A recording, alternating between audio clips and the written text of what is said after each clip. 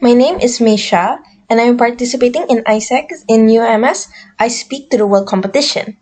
My topic for today is why we need sex education. Okay, for my topic, I'm going to go over 4 points. Number 1, the society we live in. Number 2, the pros and cons of sex education. Number 3, abortion. And number 4, my personal opinion. First of all, the society we live in.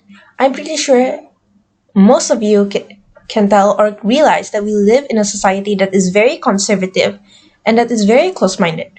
We tend to discriminate about talking things like sex, period. We tend to discriminate against people who tends to show off skin when they go out. And because of that mindset and because of that thinking, sex education hasn't been instated in schools. And that is a very, very wrong mindset. Just because sex is seen as something vulgar doesn't mean that children or teenagers or kids in their adolescence don't need education about it. And now I know what you might be thinking. Why can't the parents teach their kids about sex education? Because it's most likely that our parents had to go through the same schooling system that we did, and they probably still live in the same society as we do now, where it's very close-minded, very restricted, and they had to learn about sex in a different way. And because of that, we are unable to learn about sex the proper way. Now, here are the pros and cons of sex education. Pros: teen pregnancy is less likely. Students are fully aware of the pros and cons of sex, and students know the correct way to avoid pregnancy. However, it does not reduce the amount of sex in teens. Students begin to believe sex is okay as long as they use contraception, and if not taught properly, students can be desensitized to sex. Now let's talk about abortion. Although abortion is a whole other social issue on its own, it does have its relation to sex education. In Malaysia, as you can see on the screen here, that whether you're a victim of rape or incest, you cannot abort your child. And that is something that is very unfair.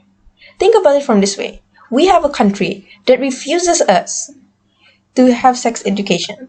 And when an accident happens, especially in teenagers, they also refuse us to get help to abort the baby.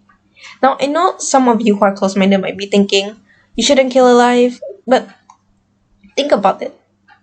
Why would you bring a life into this world when you can't take care of it? When you can't even take care of yourself? And it's so unfair because it's like they're saying, you can't have sex education, but if anything happens, I won't be responsible. That is practically what our country is trying to tell us.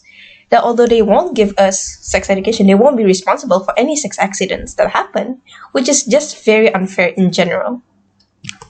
And lastly, this is my personal opinion. In my personal opinion, sex education should be instated in schools. This is so that, and again, just now I've showed you the pros and cons of sex education. And although there are cons to sex education, would you rather would you rather your kids, like 18 years old, 17 years old, 16 years old, go out into the world and not know what sex is?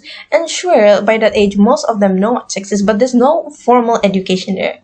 There's no formal education. They don't know what they're doing, if it's right, if it's wrong.